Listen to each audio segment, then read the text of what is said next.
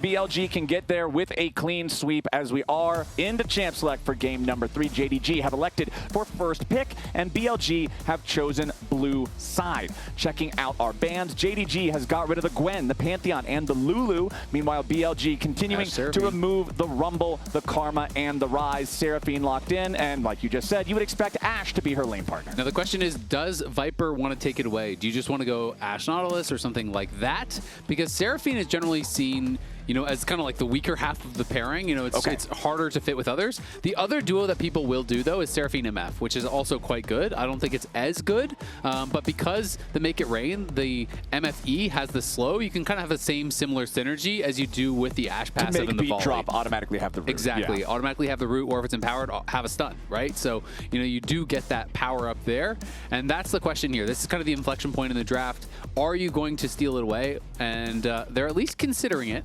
but not necessarily having to go for it. I always think this is really interesting. Anytime a specific 2v2 lane combo becomes so popular, people have such wildly different opinions on like which half is better, which half should you draft first, should you take it away if they draft the wrong half first. It's like Zyra Khan back in the day, it's like Karma Ezreal earlier in the year. There's a lot of different examples. And remember that in game number 1, Xin was banned out in the first rotation, so he couldn't be played. Game number 2, BLG had to make the choice, do you want Xin or Sion? They wanted the Sion, it was the right choice. Xin gets banned out in the second half. Now in game number 3, Xin gets picked by BLG, and what you're talking about MF, I love Xin into MF because the bullet time, you're just not going to get value against him in the ulti. And I actually think this is really cool. So what I was going to say is not only are you stealing away the best combo with the Ashe, but Xin is generally considered the best combo with the jungler for Seraphine because you're buffing them up. Guess who else works very well with enchanters? Olaf. Olaf is a great diver here and can really effectively target someone like Ashe. Ashe is reliant on Crystal Arrow to stun you, you know, the passive to slow you, to be able to kite away. Exactly. But what happens is Olaf gets buffed up, and then you have Encore going through the Olaf in towards you while Olaf is magic immune, and we're doing a Senna lane. Oh, this is hype. I wonder if this is going to be farming Seraphine. I think it actually might be farming Seraphine and support Senna, and you have really good wave clear and really good poke as farming Seraphine.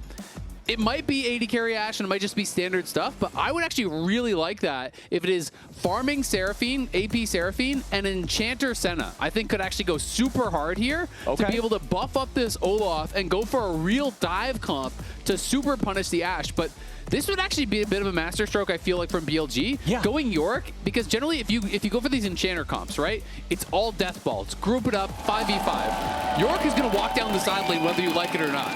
And the thing is about the Yorick too, you look at Olaf, and you already mentioned, he's magic immune. That's the entire point of Ragnarok.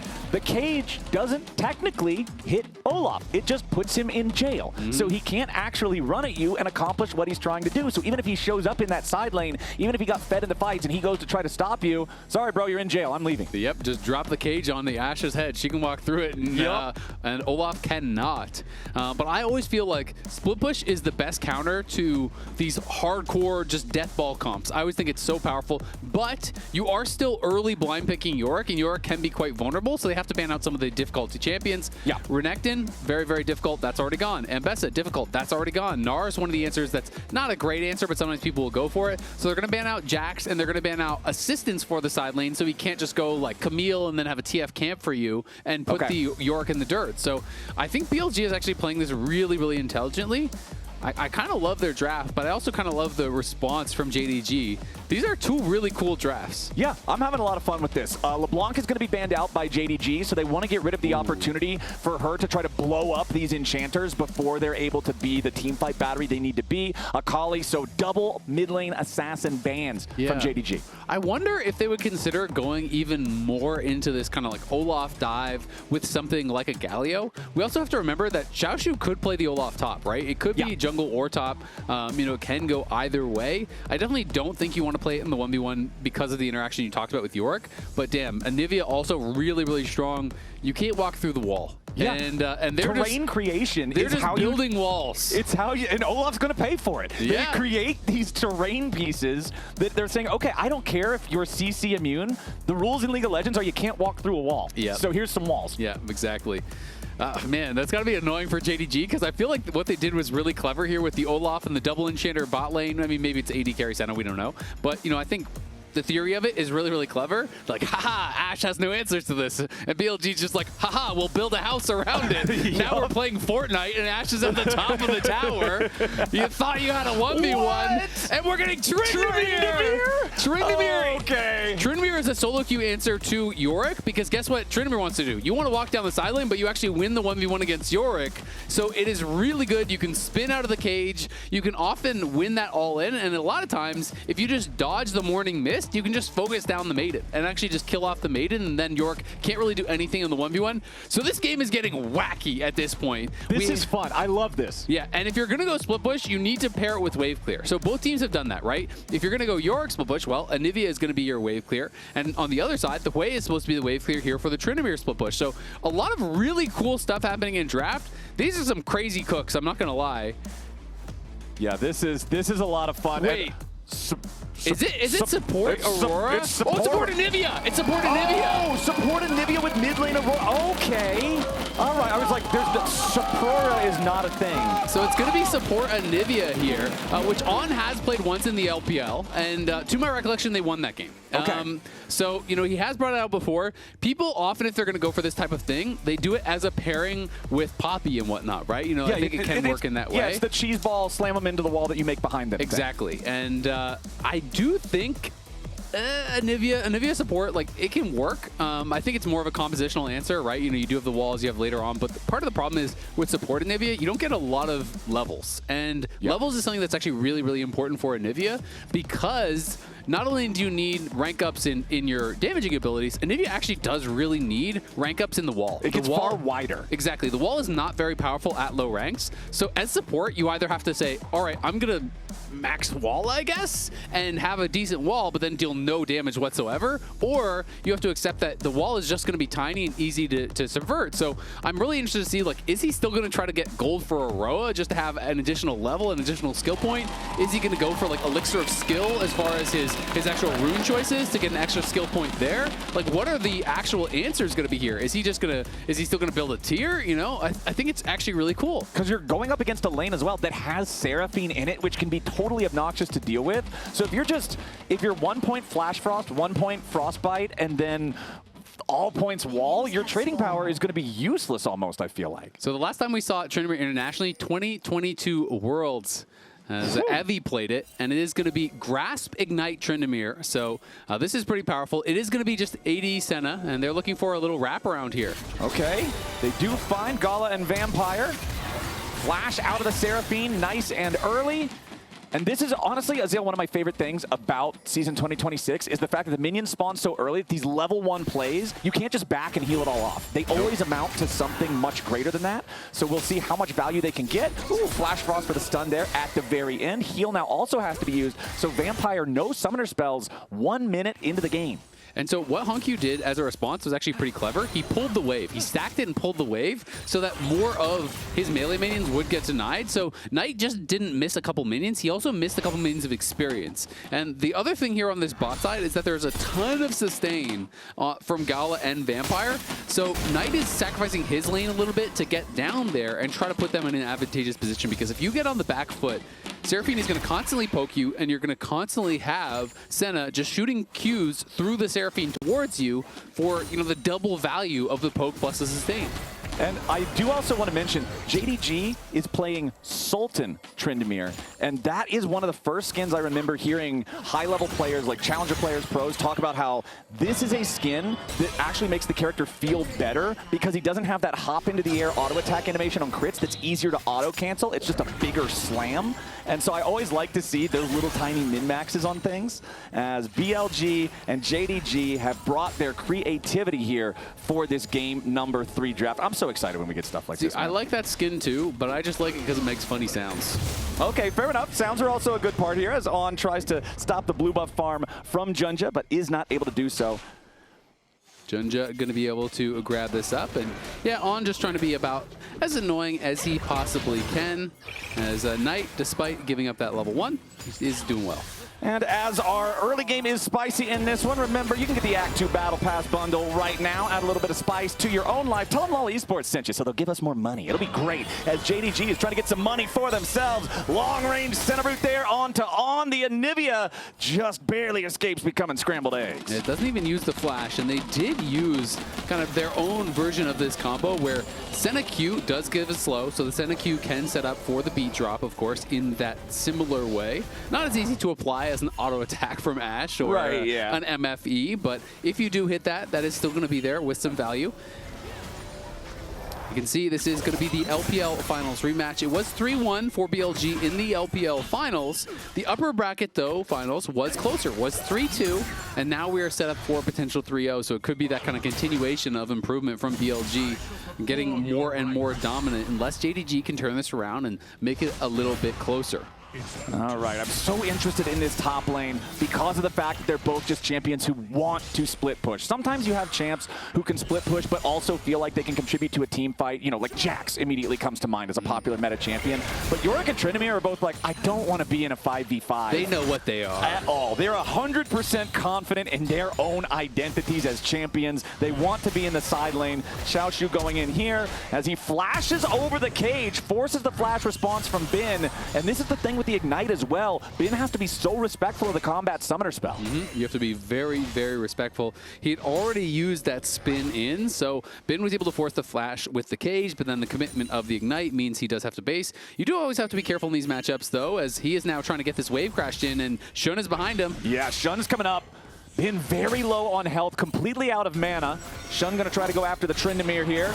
Goes in for the 3 talent strike, audacious charge, wind becomes lightning. Xiaoxu's trying to get a reset here on his spin to get away, but it ain't gonna work. Shun, first blood for BLG. Nicely done, and now you have no TP. You do have home guards, of course, but this wave should be able to crash, no problem. And that is gonna be great for Bin because it means not only are you denying the minions, it's gonna push away from you.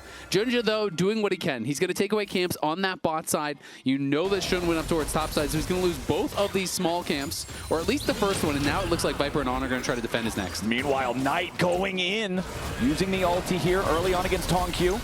Responds with a nice point-blank fear. Knight, however, missed the initial twofold hex after he jumped between worlds there, so you're not going to really threaten lethal onto HongQ. Neither flash spent by the mid laners. But a 1-0 game for BLG. They're not even the gold advantage of the first blood ahead, so JDG building some slight leads for themselves in terms of the farm. Going to be feeling pretty good about that. And one thing I will say for Xiaoxu is this is pretty dicey. Yeah, ooh, HongQ forced to flash away there, because if you get the twofold hex, that damage plus the additional damage from the electrocute could have potentially been a lethal situation, as On and Viper continuing to just get abused down here in the bottom lane. Yeah, I mean, Anivia is a ranged support, but not exactly a lane-dominant one, so it's not going to be too fun, but Viper is doing a good job farming. Yeah. He forced the egg, but we'll be able to res, not really under too much threat, but I was just going to say, I mean, it is good for Xiaoxu that Bin did not get the kill, right? So, yes, it sucks that you died. Yes, it sucks you lost the minions, but at the very least, Bin did not get the kill, so it's not going to swing this matchup out of control. But Bin still got a really good early buy here. With the plated steel cap, it's going to be very effective. Beautiful job from Shun over the wall. I love it when junglers utilize the Raptor Pit gank in the mid lane when the enemy mid laner's under turret. He hits the wind becomes lightning. They know there's no flash on the Hwei, and they accomplish the dive there. It is BLG plus 700 gold, but JDG snags the first Drake for themselves. It is Ocean Drake #1 at 6.5 minutes in, so that's going to feel good for your laning phase. I mean, it kind of just feels like Shun is just running this series, man. He has been so effective, and, well, JunJia hasn't really done anything wrong. You know, he's just power farming, you know, he's doing his thing. Shun has affected both the soul lanes, right? He's been able to really make a big difference, and that is tough. On is getting low. Remember, he has no egg. Yeah, he does hit the flash frost there. Close range. Vampire trying to get away, but a nice wall. Flash away from the high note, too. On with the outplay. He spreads his wings wide, and the gusts blow Vampire straight back to the fountain. Yeah, Viper getting a kill now. Not what you want to see. As JDG, it is now 1.3k in their advantage. You're pushing in on that top side, and you can see the Maiden even harassing down Xiaoxu, who does have that early Vamp Scepter, so we'll see exactly how he wants to build. Yeah, the Vamp Scepter is at least going to give him some sustain dealing with that constant harass from the Maiden. Oh, no. HongQ gets hit by a max range enchanted crystal arrow into the perfect flash frost follow, and Between Worlds sends him to the underworld. Knight picking up his second kill of the game on Aurora. I mean, BLG are just too good, man. What can you say? They're doing everything right. You know, the level 1 from Knight to put the bot lane ahead. Then the gank from Xun to put top lane ahead. A gank from Xun to put mid lane ahead. Then Viper gets a 2v2 kill, uses that prio, gets the ulti down mid lane, where guess what? Ana's shown up to put Knight even more ahead. It is just this synergistic play of every time they have built themselves some time to get active on the map. They build a little tempo, and they just use it to the best possible effect. And it is looking tough. I mean, you never want to call a game this early, but BLG are firmly in the driver's seat. And I will say that, you know, you say you don't want to call a game too early, especially in a game like this one that has these two side lane champions. Leads can mean less than they normally would because so much of the game is going to be about which one of those side laners is dominant. And yes, it is control over the wave right now for Bin, but you can see it's only a 200 gold lead. So if JDG can turn things around, enable Xiaoxu, the Encore misses there on hugging the wall, making sure he stays to the side of that one, does not get caught out. And not only do they not find the play they want, now you can kind of just like breathe a little easier. You know there's not that big engage in the bottom lane, as Xun still has control over the top side here. He'll pick up the crab. JDG might have got the first Drake, so that means there's no reason for them to really be worried about what's going on in the bottom side river right now, as JunJia is going to take his recall, go back, purchase his Phage, and Xun will take the grubs. I mean, Anivia is so comically slow, and you know he's on no boots, but Ana is just playing it really, really well. He looks so comfortable here. And it was a pretty hard force from the JDG bot lane. You know, Gala, I feel like maybe tipped his hand a little bit because he's not even picking up souls. He's walking past the souls to just run straight at the Anivia. And they look for this Encore with JunJia behind him, but can't find it. So the flashless, eggless Anivia gets to live another day. It's just like, this champion might as well be a target dummy. It can barely move, no summoner spells, no passive, but On is very good. Oh, you gotta be kidding me! Viper with his second arrow from a mile away, and it's another kill for Knight. Hits him with the thumbs up. Thanks, buddy. Viper's looking like Steph Curry down in that bot lane, brother. He's just hitting the long-range shots after shots. And it's HongQ who is unfortunately getting dunked on as a result. And it is Knight now, 3 early kills on the Aurora. And this is not just any Aurora, this is Knight's Aurora. That is terrifying. You know you have to reverse sweep, and now you're going to have to try to do it with some very squishy characters on your team against a very, very, very fed Aurora. He walks back, plays with vision, you know, shoots it from an area that he knows is going to be out of vision. Just now it's seen, and there's no flash, no real way for him to respond. HongQ's behind him, and Xun is coming in on the side. There's just nothing HongQ can do. That guy's happy. He's loving these arrows. Probably almost as much as BLG is loving these arrows. Man, great shot from Viper. Really just enabling his mid laner. And you're talking about, yeah, this is Knight's Aurora. I feel like Aurora is one of those champions that you really see a lot of disparity between good performances and poor performances on it, just because you have to have mastery of the movement that the ulti does. Look at this guy. He's canceling his base twice under his tier 2 tower. This is psychopath behavior from On in the best kind of way. He's like, all right, you're not going back. You don't have tempo. You don't get to control anything here in this game. Xun forces the flash out of Vampire. Honestly, that close to the turret, when they're that scared of you that they feel like they have to flash, you know that BLG's in total control. I mean, this is a supported Anivia with no boots going behind the tier 1 tower while the mid laner is there to cancel the Olaf's base twice in a row under his tier 2. If that doesn't tell you how the game is going, I don't know what will. Yeah, this is a little bit wild as Knight. Oh, there's the twofold hex. He does not have enough distance to finish the potential kill onto HongQ here just yet.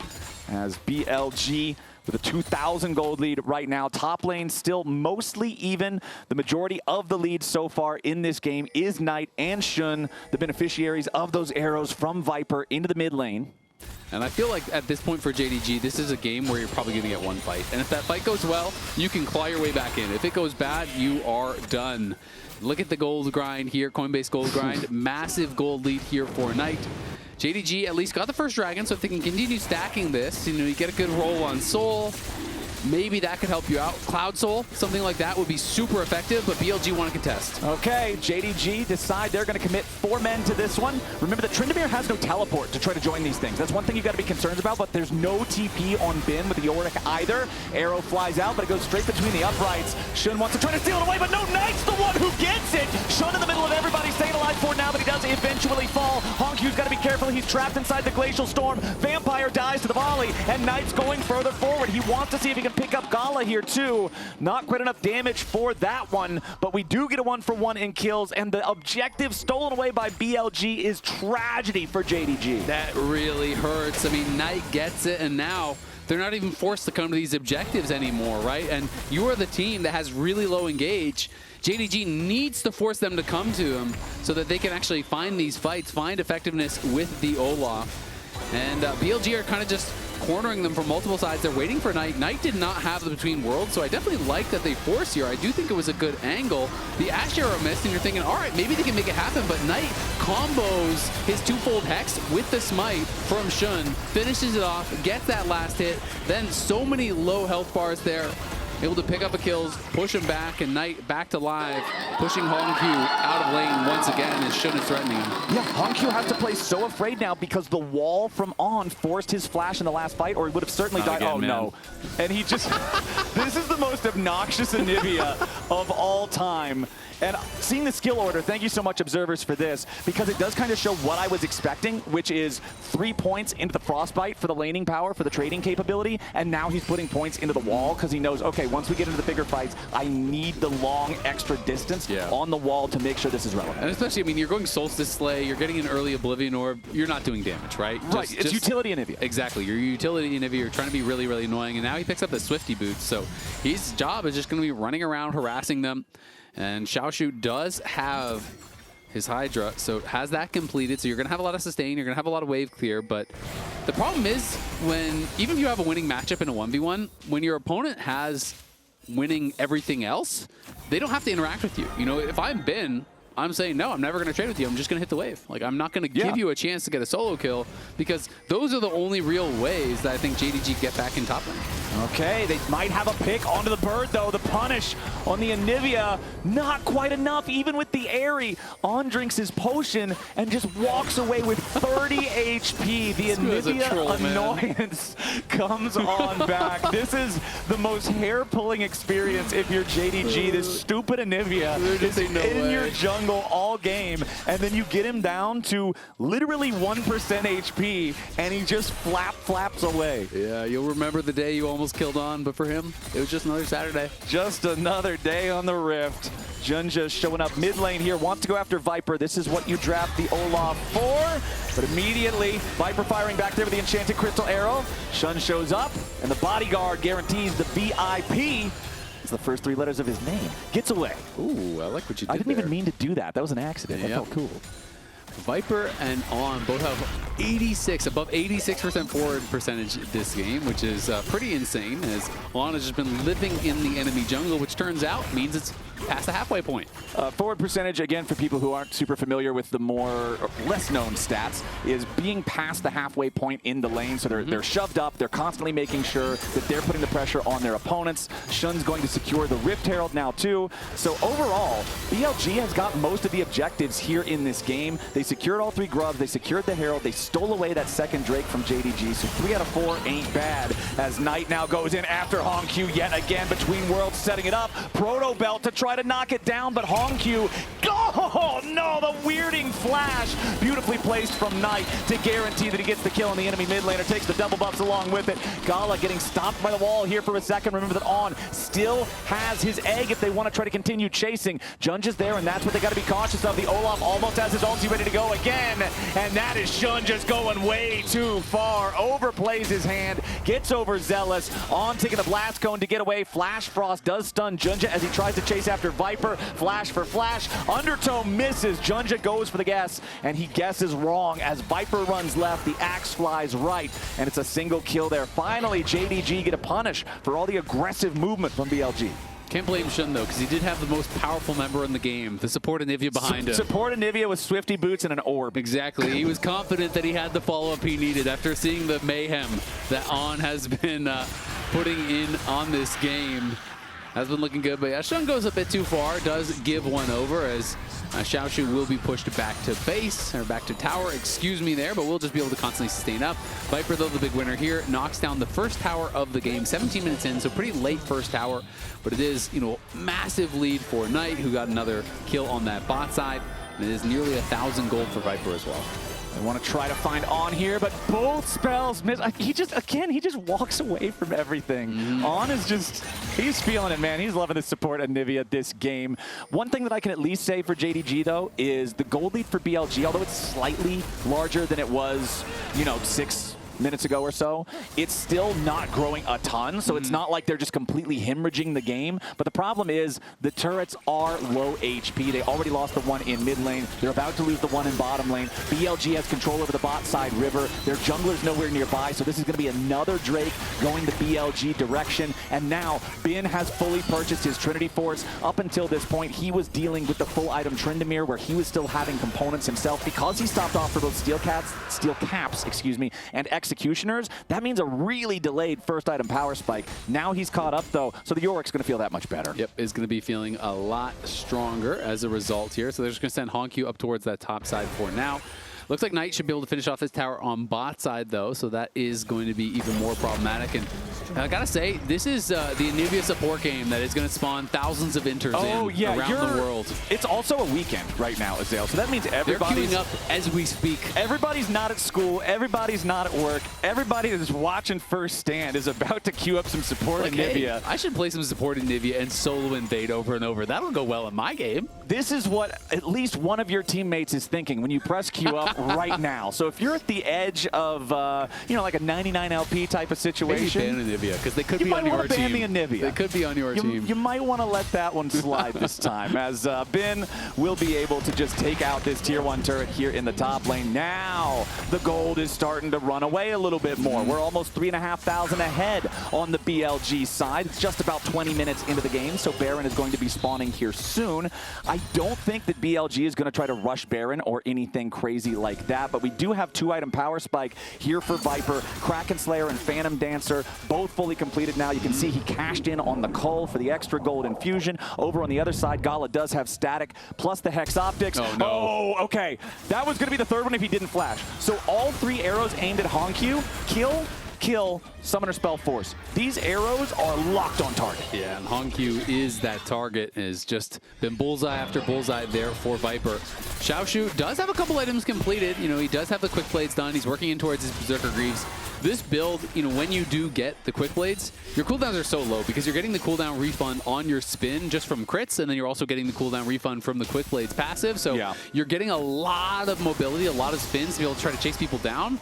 But he's just not even getting a chance to really interact. You know, they're doing a couple little short trades here and there between him and Bin, but the Tryndamere has not really been a part of much of anything. You know, did have that one kind of pseudo all-in where they traded flashes, then died to one gank, and then besides that, it's just been a farm fest while the rest of the map loses. All right, Rift Herald summoned up, and this is one thing I did want to pay attention to this game, because last game BLG's Herald was kind of just a sadness Herald. They just had to summon it up because it was running out. They got no value. This time around, very different story. JunJia caught on the wrong side of the wall, taking a bunch of damage as Shun goes in, and they kill the Olaf. He can't be immune to the wall. Now HongQ's in danger because remember, he doesn't have a flash. The shield is enough to keep him alive for now. No, but the double kill over to Shun, as now they're going to look to maybe make it a triple. Shun taking a lot of damage, though. Gala over the wall finds the kill, so at least they get one back, but BLG always gets more. Yeah, they're just getting more and more here. JunJia was trying to hold on to that Ragnarok for so long, but he just gets walled off. He's getting whittled down, and then the tower gets killed beside him, so Shun has nothing dissuading him from going forward there. Goes straight in on him, finishes him off. HongQ got a massive combo across multiple members. You hit this Biomu's Bear, snap them in. And Xiaoxu do anything? No, I mean, he's just going to have to retreat. Yeah, Xiaoxu spinning away, tries, nope, but again, the cage, the placement on these has been great from Bin. He's always catching Xiaoxu just at the very edge, but now Xiaoxu wants to turn it around. He drops the Ignite, he's going in after the Yorick, but once again, it's the MVP from BLG. Support Anivia there with the wall to make sure there's no kill for Xiaoxu. Yep, there with the wall, there with the stun, as that could have been an angle for Xiaoxu, because even though Bin has flash, that's a long lane, and again, I touched on it, such low cooldowns from that spot. But yeah, great combo from HongQ, they're going to look for Knight. Yeah, Knight with the flash over the wall gets away. He'll be safe for now. 4-0-3 on the Aurora. No deaths and 7 out of 9 kill participation. So really great game for him. Again, a lot of that set up thanks to Viper's arrows. Really, I don't think I have a complaint how anybody on BLG has been playing this game. Shun had that one play around the enemy blue buff where he jumped in way too deep. That was about the only single mistake. TP coming in now from BLG. They know that the Tryndamere does not have his ulti. This is your chance to punish him, maybe find that kill, spin away over the wall though. Plenty of mobility on this champion. It's one of the things that makes him so obnoxious, but hey, Viper does no wrong with his ultis. The Ashe arrows are point and click this game. Yeah, it's just another day at the range. Bullseye after bullseye after bullseye for Viper. He has been on fire in this game, and I gotta agree with you. BLG playing almost perfect. Knight is behind them. They don't know Knight's behind him. Okay, Viper's getting run down though. Nice kill coming out there for JunJia as Shun puts the pressure into the back line and Vampire dies. JunJia going after On, but now the Olaf is isolated. He has no Ragnarok. The cage is there, and Ben sends him straight to jail. Nice pickup there from BLG. They do finally lose their AD carry for the first time, but just like last time, BLG gets more. Exactly. I mean, Knight was in such a good position. It was good that they did go in, but now 23 minutes in, they are on the Baron. Yorick crushes through Baron so quickly. I can do a lot here with that maiden damage, and BLG does not look like they'll be contested. I mean, JunJia's dead for a long time, and no one else here is even moving over into the area. So this one is just going to be gone. They're already up 5K. And the Dragon probably not even going to be taken. So we can see them one more time. BLG was laying a trap. You can see Knight was moving over behind them, and they were trying to set up for this pincer from Knight. But JDG find a good angle here. Ragnarok is popped. The wall was placed incorrectly there from On. Couldn't find the right angle to actually wall off this Olaf from him. Knight gets into the back line though, pushes back the Senna, and then JunJia is just sectioned off from his team. Ben commits the flash. Don't know that he really needed to, but they wanted to get that kill quick so they could go to Baron. And Baron they got, my friend. 5,500 gold lead now.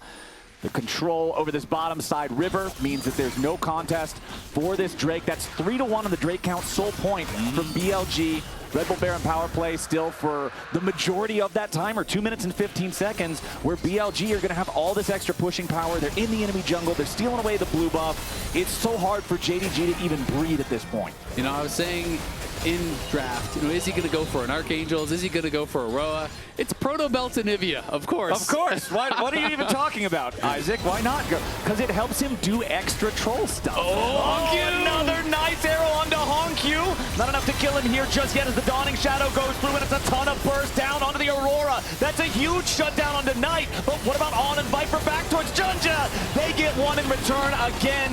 Defensive ulti from Shun to stay alive, but he's rooted up underneath the tower. That last shot will not have enough damage to kill him. Meanwhile, the Yorick split pushing over in mid lane, trying to make sure that BLG maintains multiple points of pressure. The shutdown on Knight was huge, and that's his first death the entire game. But Bin just continues pressuring mid. HongQ tries to move forward. The Severing Bolt doesn't hit On, and it looks like BLG's push will be stopped for now, but even after they recall, they still will have a little bit more time to use the Baron. Yeah, Ben just going armor stacking here. Frozen Heart second. Knows his job is just to never die to this Tryndamere. Xiaoxu working in towards that last Whisper, but just doesn't feel like he's ever going to get to a point where he's really relevant in this game, because Ben is just never going to give him the opportunities to find those all-ins. So we can see this fight one more time. HongQ gets caught by the arrow. They do have a nice CC chain, but look at the root. It's all about the Senna root landing onto Knight as he goes forward to get the damage down on the HongQ. That lands, so all the follow-up is there. The encore from Vampire, the full combo from HongQ. They do burst him down, and look how long these roots last, as they had the Seraphine route into the Hwei route. They had all kinds of routes coming through and holding Shun under that tower for a long time. Almost were able to get him, but couldn't quite finish him off. And now it is Soul Point, 6K gold lead. And JDG are going to have to try to find an opportunity to make their move. And it's going to have to be an incredible one to give them a chance of coming back. 2,000 gold lead for Knight, 2,000 gold lead for Viper, 1,000 gold lead for Shun. And this is just a problem, man. Xiaoxu, I was talking about how gold leads mean less in a game that has a very high emphasis on split pushing, because the split pusher can just disrupt so much of the normal momentum. But Xiaoxu is not in a spot where he's able to really do a whole lot. Frozen Heart he's completed on Bin. Yeah, JunJia's just smushed into the terrain. It's kind of a moment where it's so close that he doesn't actually have viable pathing, either left or right, so his character just kind of glitches out and stays there. He has become one with the tower. Yeah, now I am tower, and tower is me.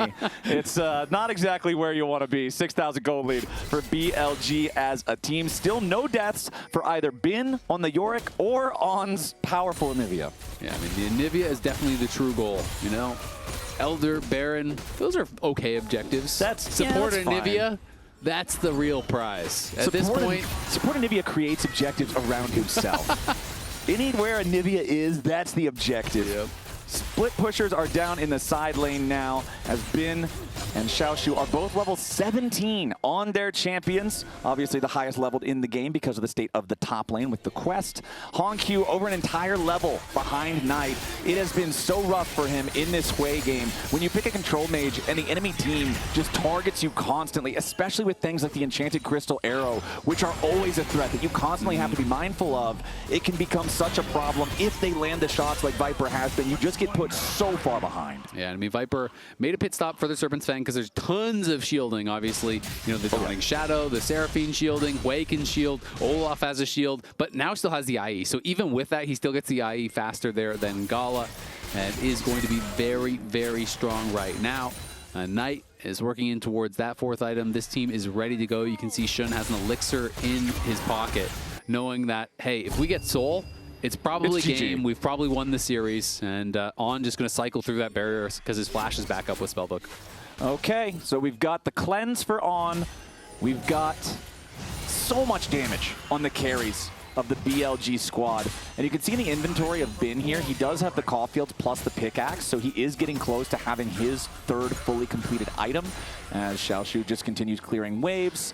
This split push state is kind of just locked forever in purgatory, as they'll both just, like you said earlier, you kill the wave, you don't engage with the other guy. But when the other guy has more other guys that come to help him, all of a sudden it's harder to not interact. As Knight nearly insta-kills Gala. Shun's coming in to try to finish the job. Ulti for the defense as On and Knight continue to back up their jungler, but it's a lot of damage onto Shun, and he's shut down. Nice kill for JunJia. Gala still barely staying alive now as well. 4v5 on the rift. Xiaoxu tries to flash over the Flash Frost. He goes after Viper, but again, it's On with a beautiful wall that the Tryndamere cannot get through. An arrow to the heart takes his life, as now a flash out from Vampire keeps the rift to 4v4. Baron's gonna spawn in 5 seconds. The Mountain Drake is already up, but Shun is off the map.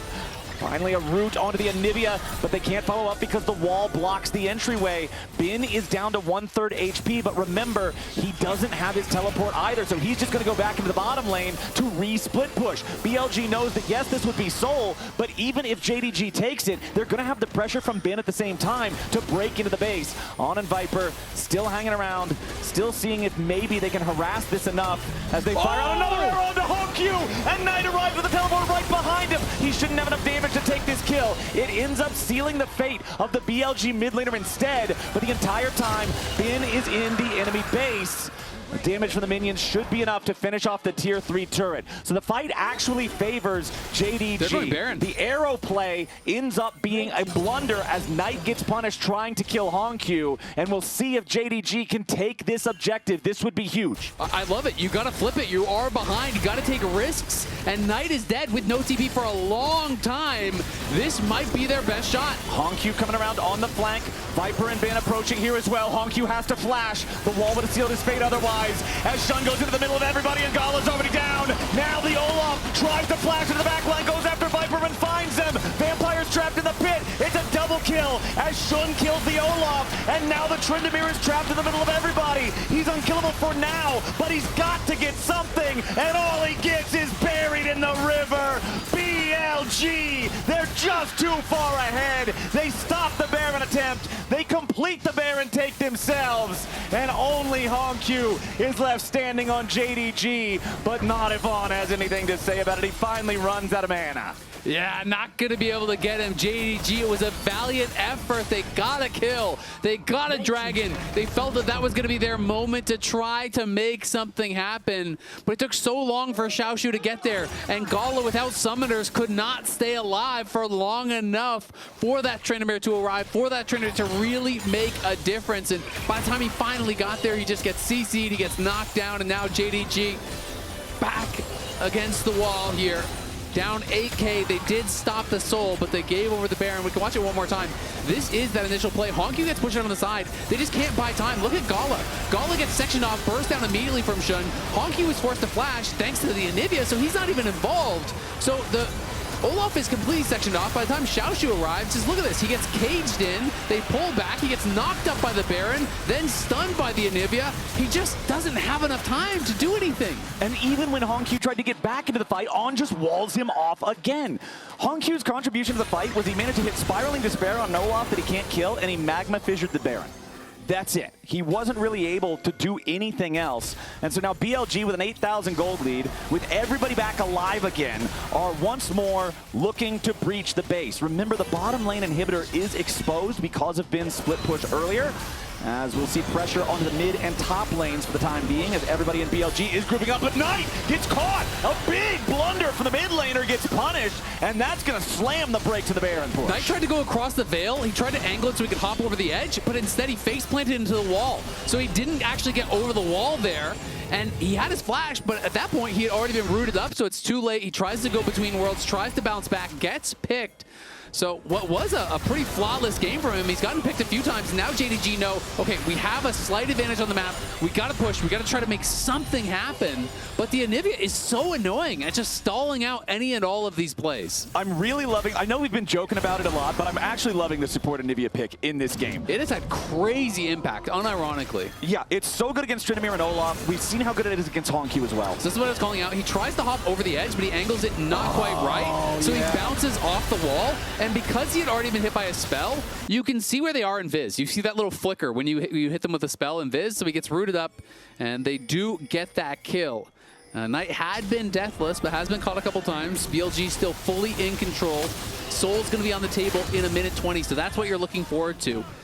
Something we haven't touched on, though, Gala's at 120 souls, and he is closing in on his IE, so if he can get to Infinity Edge, I mean, his range is getting ridiculous. Yeah. At a certain point in the game, I mean, we're not there yet, but at a certain point in the game, he doesn't really care about you walling him off because he's just going to shoot over the wall. Yeah, that's the big problem. His stacking is on point here so far. At 25 minutes, the average amount of stacks in Tier 1 play is about 76. Obviously, we're very far past 25 minutes at this point, so I don't think a lot of times we might not even get to 35 minutes in a game these days. So. He has a big number, regardless of if it's on pro pace or behind pro pace or ahead of pro pace. That's a big number. 120 is very, very scary. Normally when you look over and you see Senna's got 100 stacks, you start sweating a little bit because it is just infinite stacking. It's not only additional AD, it is range, which is one of the most powerful stats in the entire game. Range and move speed. That's the, I know that you and I have had that conversation a lot, but it's just like, yeah, that gives you the opportunity to deal damage when they can't deal damage to you. Exactly. So,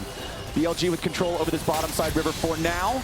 Again, On just being as obnoxious as possible. 10 seconds until the Drake spawns. It is Mountain Soul, again, for BLG. No cleanse now from Gala. So he just forced that. That is actually a really big deal. If he gets hit by any CC, it could be a game ender.